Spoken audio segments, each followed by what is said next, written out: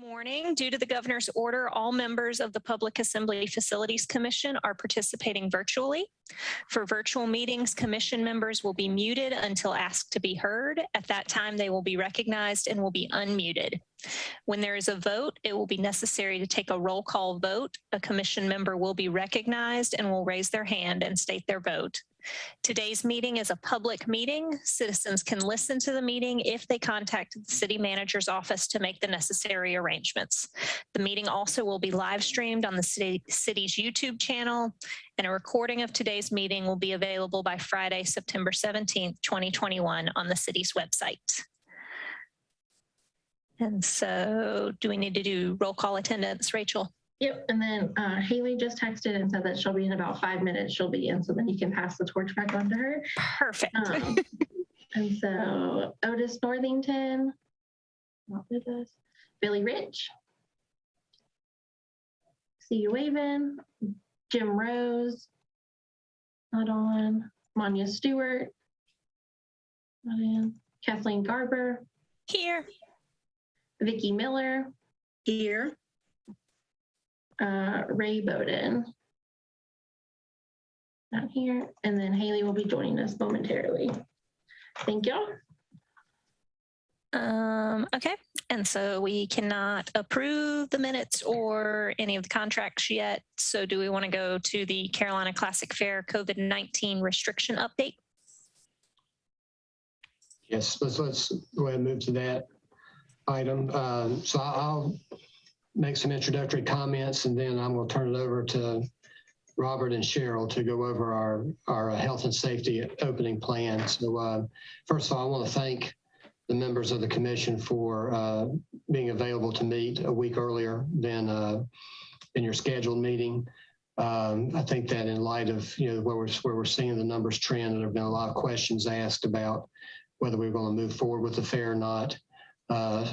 Robert and Cheryl and their staff have been working very hard on a health and safety opening plan over a good many last several weeks.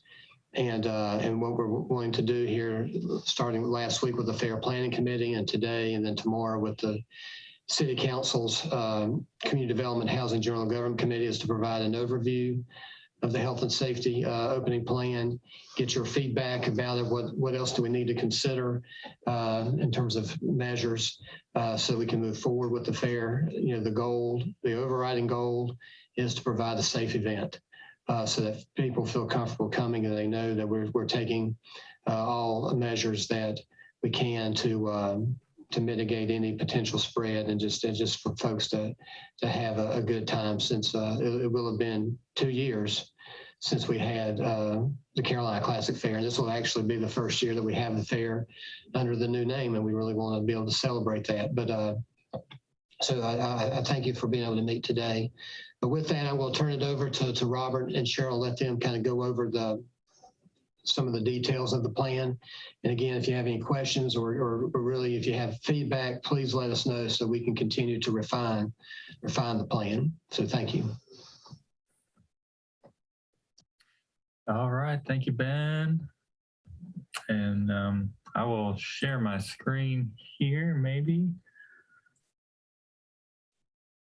How we looking? Good? Yes, no? Yep, we can see. And Haley has joined in as well, just so. Great. Well, thank y'all for giving me the opportunity to share with you guys today kind of where we're standing right now with the plan for opening the Carolina Classic Fair.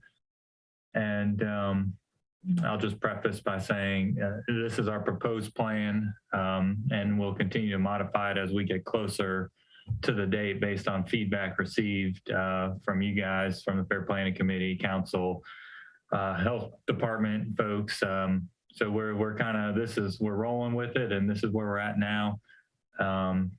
And I'll kind of give a brief overview. It's in your packet, so if you do want to really dive deep into it, you can read this page with this document, which is 9 pages long.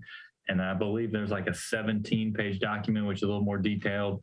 But I will begin kind of going through kind of the overview of what we're thinking about here, that we will strongly encourage face coverings, obviously with COVID-19 face masks are the big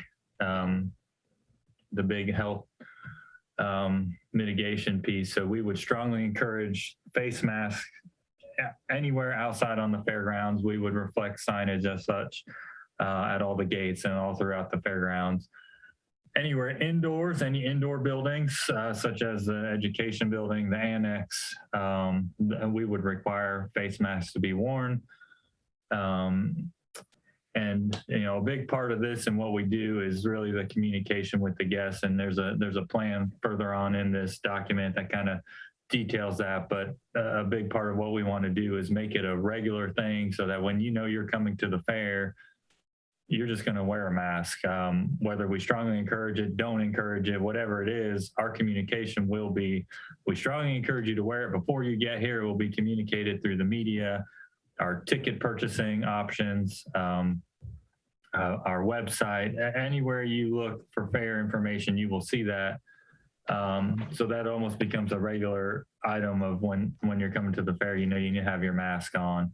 And it's not a shocker. So making it a comfortable occurrence when you're on site, I think is helpful to the general public. So with that being said, we will have face masks on site. We'll have them at all the gates. We do have about 50,000 masks ready for when the fair opens. I assume if we need to get more, we will find a way to get more. We've got placements for additional hand sanitizers all throughout the fairgrounds, in addition to the hand washing stations that are already placed out. And then of course, with all the restrooms and the hand washing stations, we've already added hand sanitizers in the indoor buildings. So those already is set based on other fairgrounds activities throughout the year. And then we just kind of relay this message of before touching personal belongings, wash your hands. Don't touch your face mask with unwashed hands, and then remove properly with through the ear loops.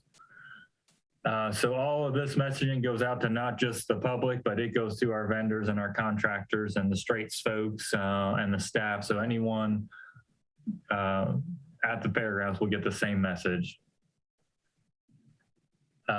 Just going down to kind of the monitoring and enforcement of the policy.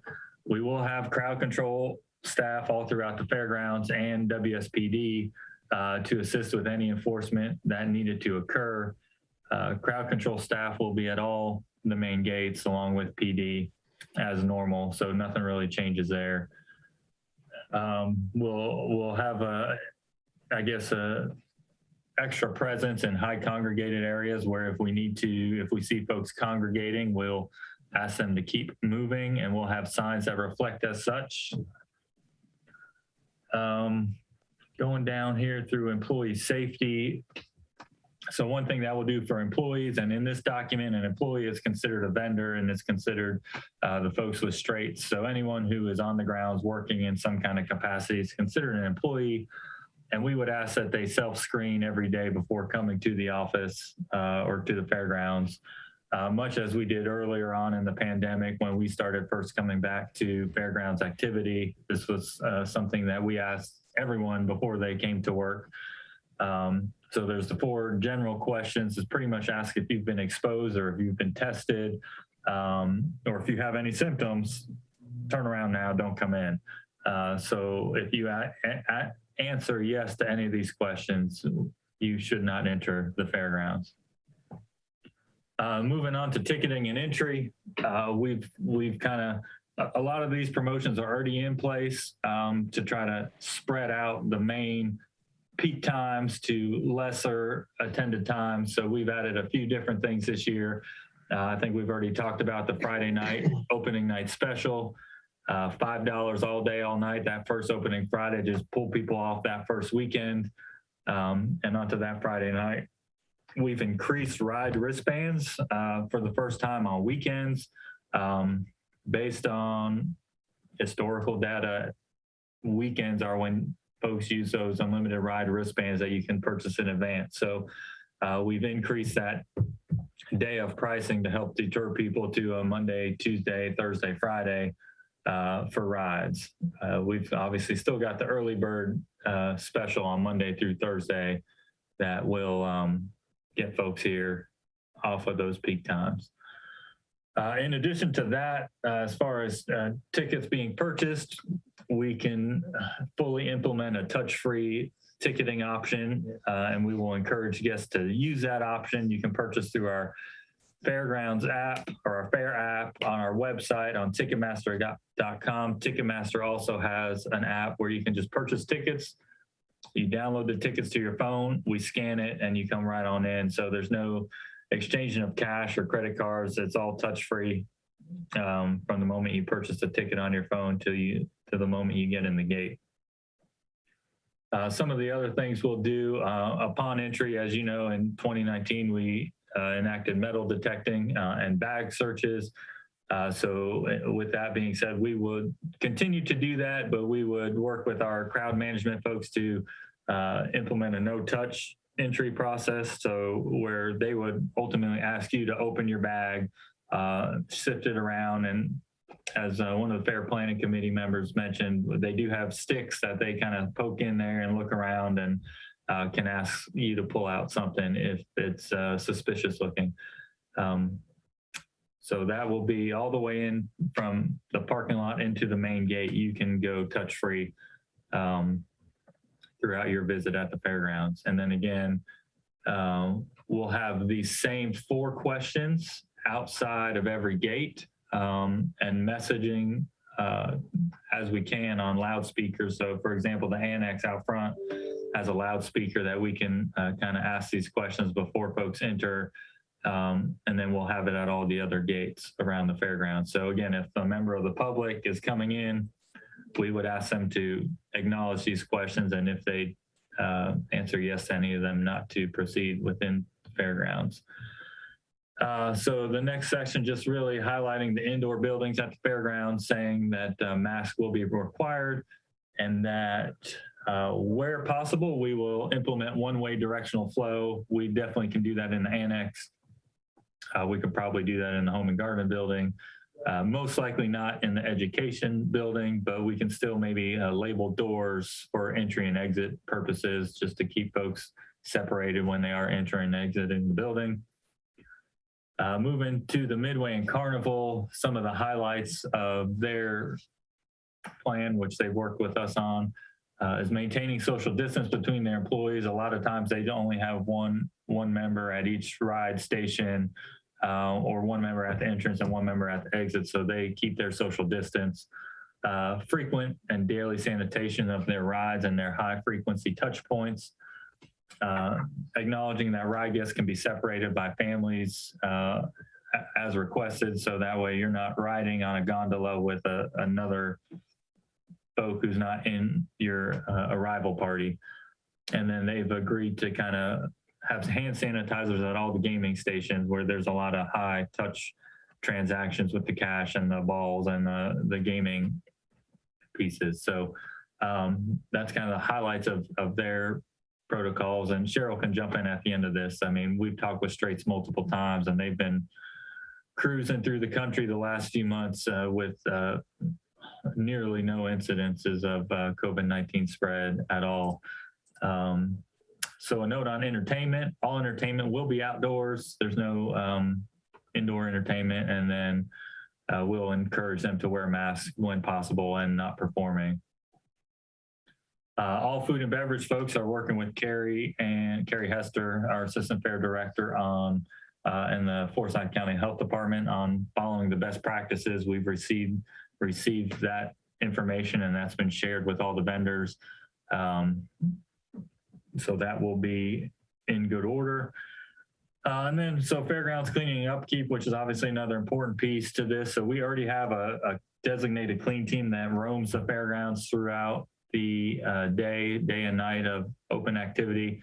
So one thing we'll ask to do is just to monitor high touch points and then wipe those down as necessary when we see people leaving. ATMs,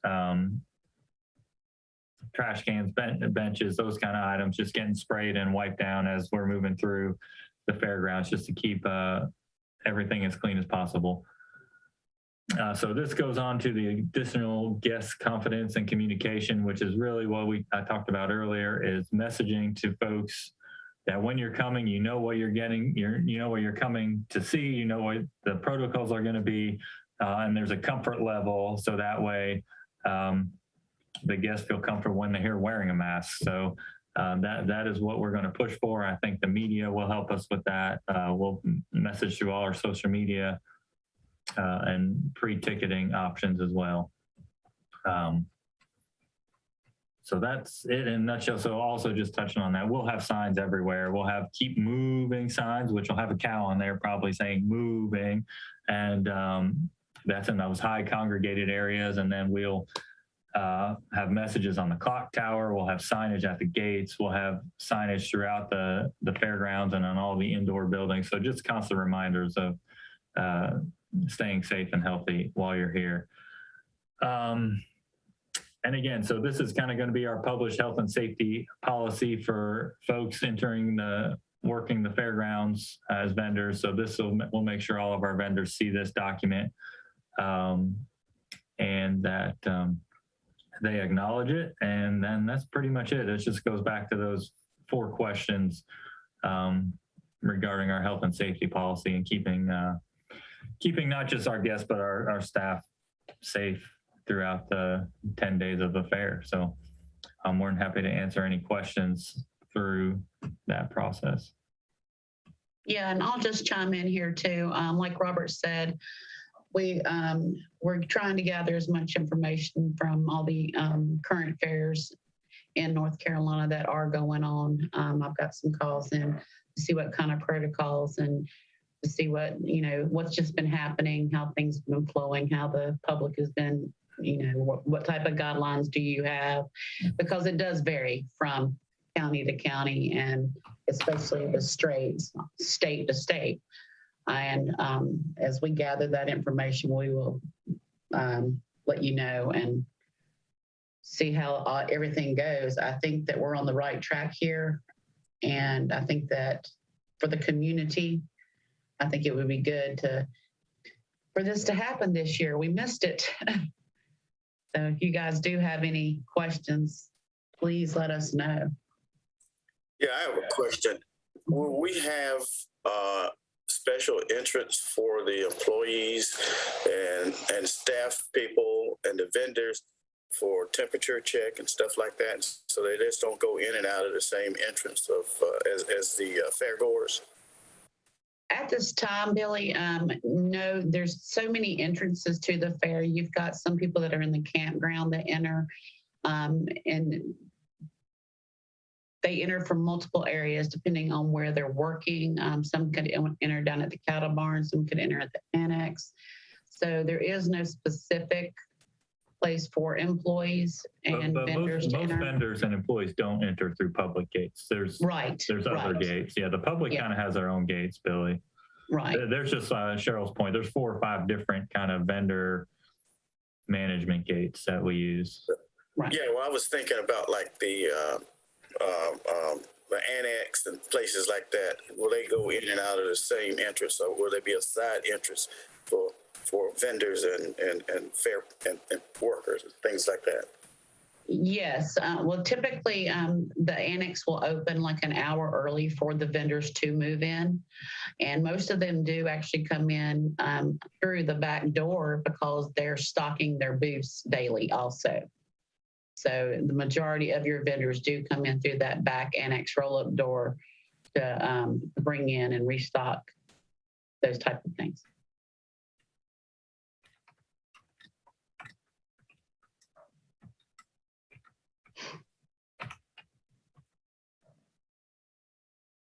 And then I had a quick question, knowing that it's a city-run fair for the city with Winston-Salem City police officers there. I've heard, I know there's concerns in other municipalities where the sheriff or whoever has come out and made a statement that they're not going to enforce whatever mask mandates that are currently there.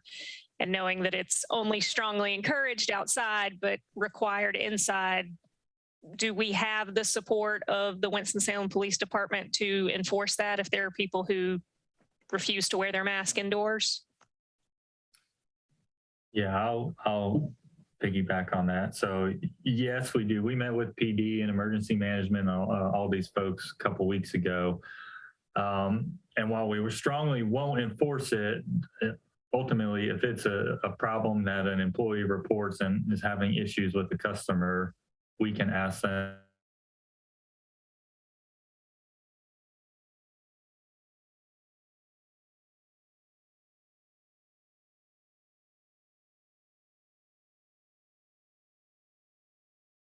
in the indoor buildings.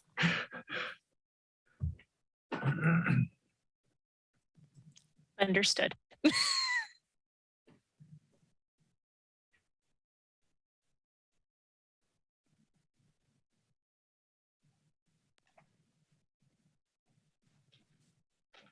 Kathleen, Haley has said in the chat to me that she's traveling, so she can't speak during the meeting. So if you Okay. could continue to run it, she said she'll put comments in the chat if she has any, but she's unable to speak during the meeting. Gotcha. All right. I am here to continue to do that. Do we have quorum yet or still no? We do not. We would need one more member. Okay. In that case, we will go on to the staff updates, starting with the Bowman Gray Stadium Improvements Project. Robert, do you want to take that? Yeah, sure. Yeah, I'll jump into that. So I think we met a few weeks ago, not too long ago. And so it looks like everything is, for those who don't know, I know it's the next item, the Winston-Salem State University football season. Game 1 was canceled due to COVID-19. So the two kind of there's 3 main items kind of left in the improvement project, 1 restroom, 1 concession stand, and then the track.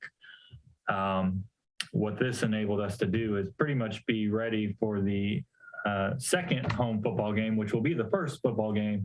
We should have both the concession stand and the restroom open. So everything on the concourse for football season should be operational and ready to go. Kind of the last remaining item is the track, and that's just waiting until football season's over. So football season and construction should be fairly smooth with no interruptions. But we will still continue kind of our pregame walkthrough checks, which we'll do with the university. And then Frank L. Bloom and the construction team will do their piece as well. So we feel pretty good about it, I think. Ben, I don't know if there's anything specific, but I think that's kind of, as an overview, we're down to the wire here on all this stuff, and it's looking pretty good. Yeah, we're very pleased with the progress, and while we really would love to have seen that first game, this certainly enables us to have, I think, all of our new facilities online by that game on the 25th. We also will be continuing to work with us, so we're just focused on the project. So the plan, as far as the track goes, is once once the football season is over, then we'll be working on mobilizing and starting to work on the track. I will share, with commission members that we know that the state budget that is still being negotiated between the Senate and the House includes a legislation for what's called assistance to the motorsports industry, and it's a grant program where I think there's going to be probably over $40 million available.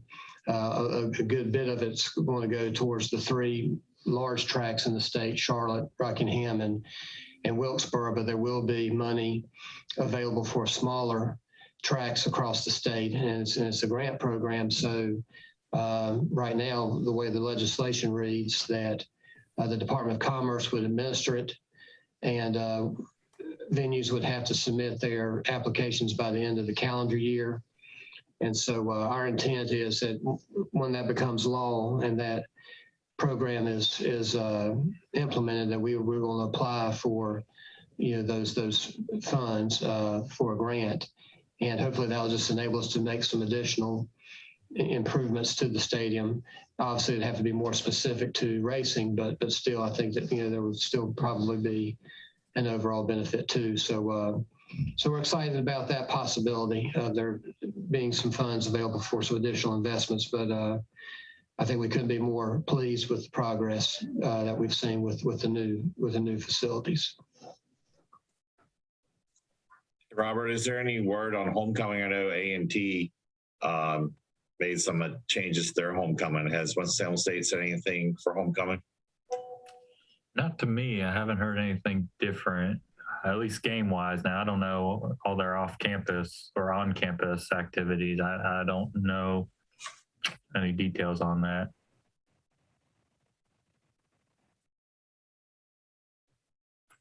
Hey, Robert, did the delay in the opening game give us enough time and help us with the football field? Yeah, I think the field's in good shape. The team's actually been practicing out there a few times just to kind of feel it out. So, but yeah, I think the field's in good shape. They've been practicing. I haven't heard anything other. So this should all be in good shape. We'll paint the field really for the first time the Wednesday before, which is the 22nd. Part of that will be kind of, I think if you recall from the last meeting, the 25th will be the dedication to Coach William Bill Hayes Field. So there will be that marking on the field, and then there will also be an event of dedication the Friday before at 5 o'clock, which you all are invited to. We'll make sure you get the invite on that. Haley just put in the chat for everybody that Winston-Salem State will be making a statement this week or next about their homecoming. We will move forward, but there will be safety measures put in place for COVID to include masking and a reduction of capacities.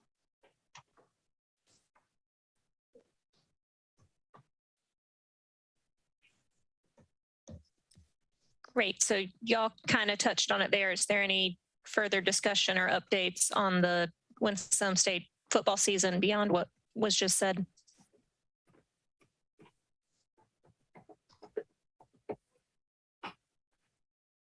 I don't think so. Nope. Okay. Then the Fairgrounds Operations.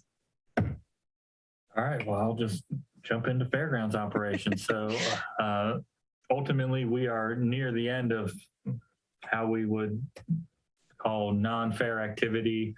That usually ends every year about September 15th. We will have one last dog show here in the annex this weekend, and then we're all in fair mode from there. This past week, we just did hosted a concert with Montgomery Gentry on September 11th, and we did a nice little presentation to the Winston-Salem Fire Department and Police Department. That turned out really nice. And was, I think, pretty special for those who were there. Eddie Montgomery gave him a nice big handshake and thanked them for their service. So that was really special, I think. We also hosted the Fiesta event with the Hispanic League out here on the Midway on Friday, which went very well. Obviously a lot lower than their normal attendance downtown when it's a whole big thing, but they did kind of a drive-in model where they had a concert and folks were hanging in their cars in their designated parking spaces. So I think, yeah, that's pretty much it. And we're moving. We'll be right after the fair. We'll roll right into ice hockey season. And the Thunderbirds have their first game on Halloween weekend. So we'll be ready for that right after the fair. And I think that's probably a good recap. Robert, would you mind sharing with the commission our good news from the Small Business Administration? Oh, sure. Yeah, so as Ben just alluded to, we had applied for a grant with the Small Business Association called the SVOG, which was for shuttered venues during COVID-19, and the fairgrounds non-fair side of it. Carrie's not here. Carrie Hester did a lot of the work, so she's to be commended for really putting it together before we plugged it all in. But we were awarded $606,000, I think, last Wednesday. So we're just in the process of completing all that paperwork to get that money sent on over. But that's really a non-fair piece. We didn't include any fair revenues as the waters were muddy on if a fair qualified for a venue, that specific grant. So we're hoping there's other grants that come available. But that's the good news. We do have $606,000 coming at some point that we can apply to our fund there. That's great. And will definitely help with the loss of revenue from last year, for sure. Moving, Carolina Classic Fair is coming up October 1st through the 10th. I think we've pretty much covered all the updates there. Is there anything else? Yeah, I'm going to throw it over to DJ so he can kind of go over our marketing plan since we went over pretty much everything else in the update. So y'all can see what it looks like. Hey everybody, it's DJ with the marketing update for the Carolina Classic Fair. First thing I have here are a few media logos. These are essentially a few, almost all of the media outlets that we have currently active campaigns with, TV, print, and radio. Some are left off of here like the Chronicle and whatnot. I didn't want to include too many logos, but there are more than this. But this is kind of like the meat and potatoes of our marketing and advertising campaigns that are running right now. And then, of course, with a few of these, you have subsidiary stations and media outlets. For example, with Odyssey, that's 102 Jams, 93.1 The Wolf, and Simon. And then with WXII, they have, the CW, Bounce, things of that nature. But then, of course, you have other familiar faces, the Winston-Salem Journal, 107.5 KZL, ABC 45, and Spectrum, which, of course, includes hundreds of stations that we're all familiar with, the CNNs and ESPNs of the world. So this is my cue to go over to the billboards. So this billboard that you see right here is currently running in Greensboro. Let me shift over my sharing right quick.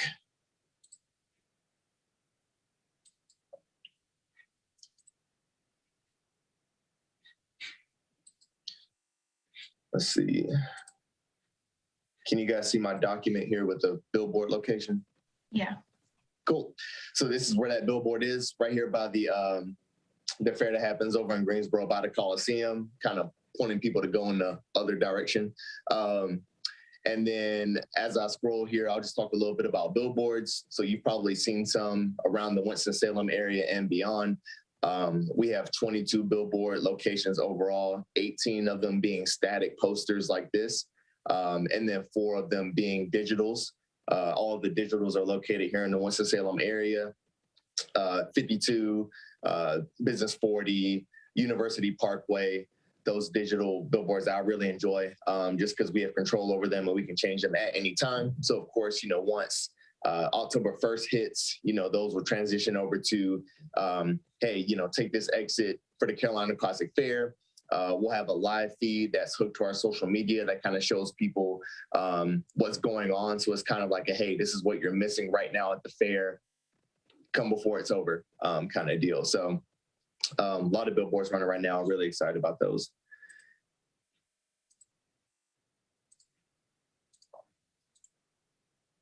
So one of the new things that we implemented this year was the ABC 45, My 48 Friday Night Rivals.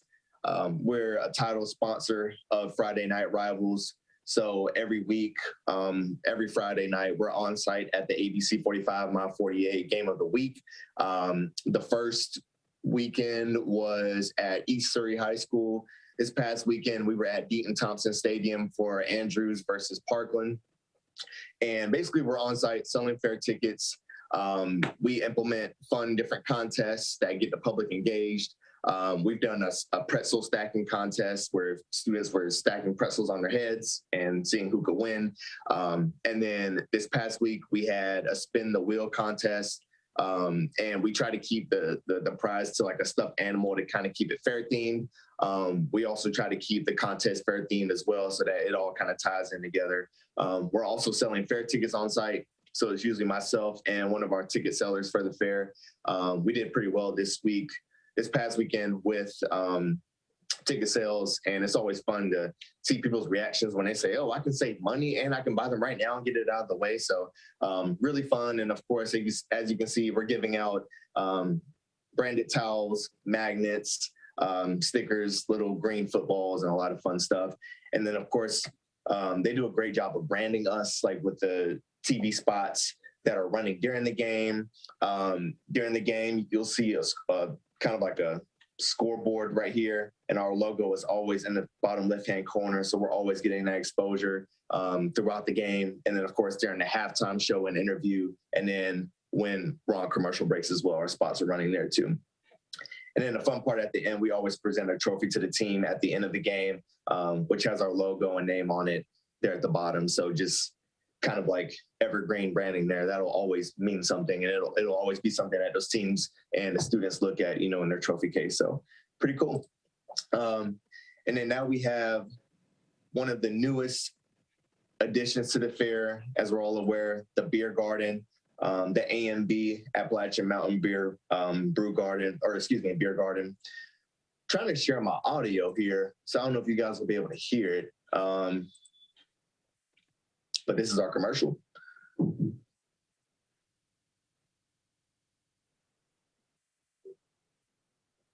And so essentially, you know, with the ad that's running in the background with the audio, it's saying, you know, come to the beer garden, 11 a.m. to 10 p.m. daily, presented by Appalachian Mountain Brewery at the Carolina Classic Fair. Last new marketing advertising strategy that we're implementing this year is selling tickets at the Truist Stadium, at the Dash Team Store. So for the games in August, we were just there during game days. But now starting August 30th, we were there on non-game days as well. So this is kind of like 2019. We had Haynes Mall as our offsite location where you could buy fair tickets, or one of the highly promoted locations where you can buy fair tickets offsite. This year it's the Dash Stadium. It's always fun to capture those families that are there for the games as well. Hoping to get kind of the downtown residents and people that work and live downtown to kind of head over to Truist Stadium and buy those tickets over at the Dash games as well. And as you can see, we're there through September 25th, 11 a.m. to 5:30 p.m., Monday through Saturday, and then September 27th through September 30th, 10 a.m. to 6 p.m. And then we also have in-game promotion running with the Winston-Salem Dash during the games as well. And that is all from my marketing update. If anyone has any questions. Yeah, are you doing anything with Winston-Salem State and Bowman Gray? So not as of now, we're not doing anything with Winston-Salem State and Bowman Gray, but I think that's something we definitely will and should consider, so we can use that outlet as well. I will chime in. We are working with them on the sports zone, which is part of the new attraction on the Intergrounds during the fair. So we've been working with James Dubose over there on being on site as part of representing Winston-Salem State Athletics. So that has been offered to them. They have agreed to be on site as part of that and bring the Ram if they wanted to. And we've also welcomed the band if they wanted to bring the band for a time or two to kind of march through. We can work through that. So yeah, we have been in communication on that piece.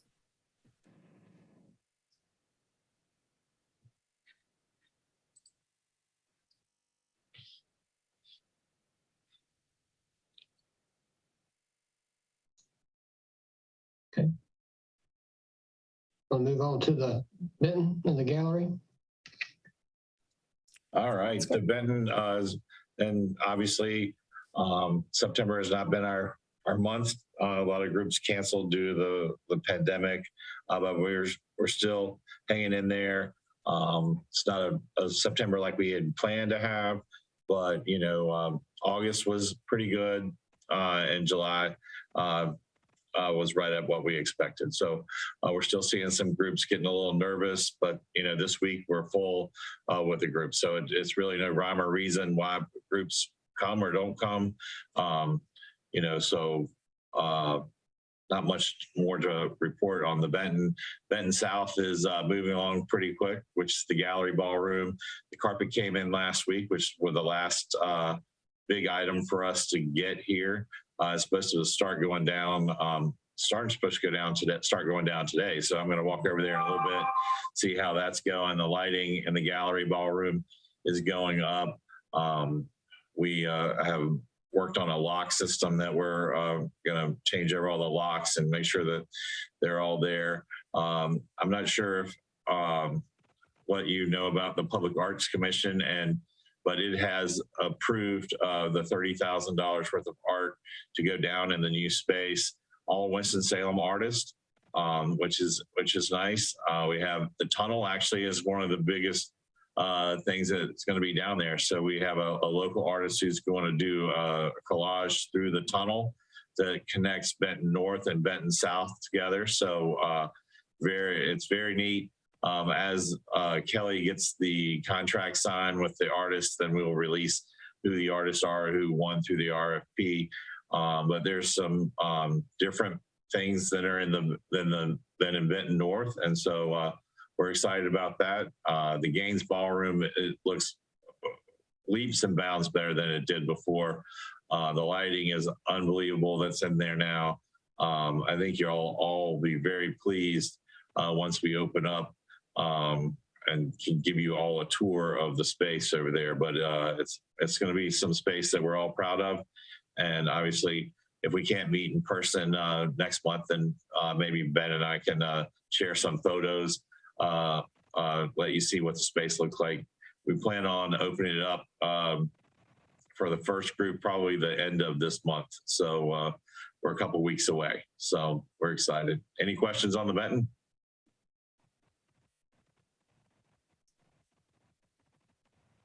No, I'm excited to see it. It sounds great. It is. Looking forward to being back in person. It's different, but it's the same. So, it has some of the same color palettes, but it's going to attract a different customer. It's going to be more of a catering area, we hope, over there, bring some local groups in. So we're excited. We'll email you. I look forward to seeing the collage. I love collages. So. It's not a collage, it's more of a, it's a mural, I guess. A mural, yeah. Yes, ma'am. But it is very, it covers every inch of the upper part of the tunnel. And so it's, we weren't sure that was even going to be able to be in the scope when we first started to work on the artist. But honestly, it's going to really tie everything together. I would be happy to see that. I would happy to see that glass mirror down.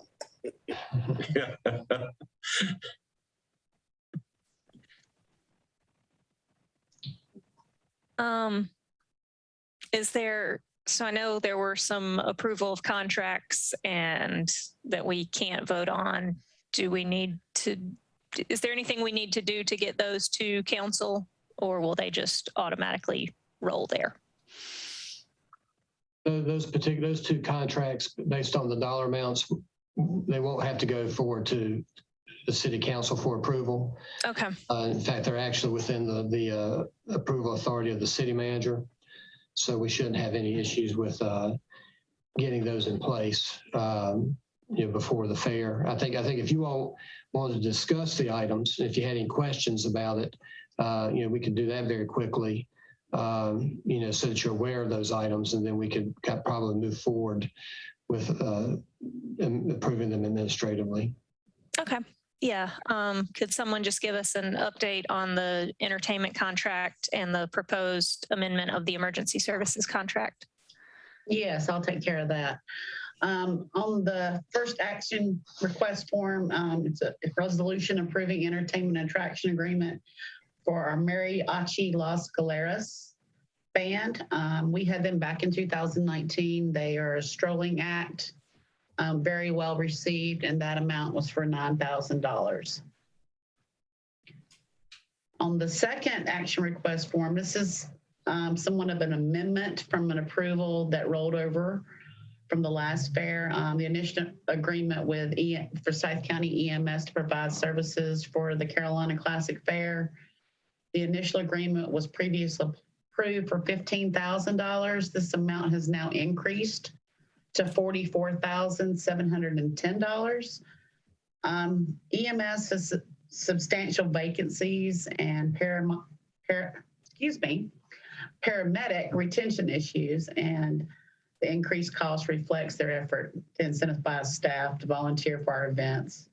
Wake Forest, the school system, they're also having to pay these higher rates.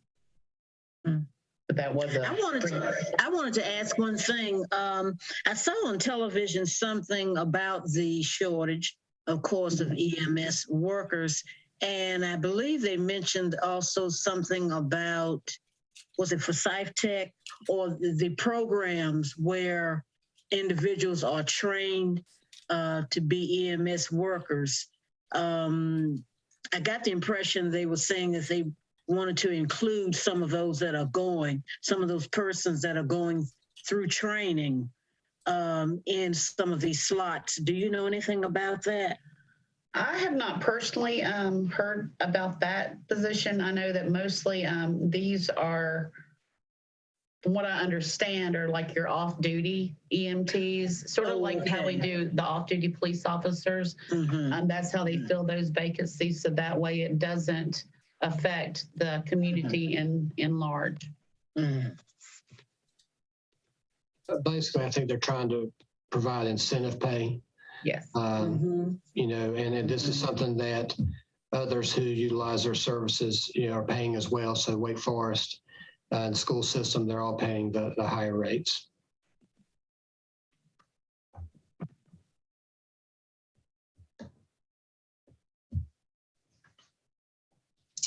All right.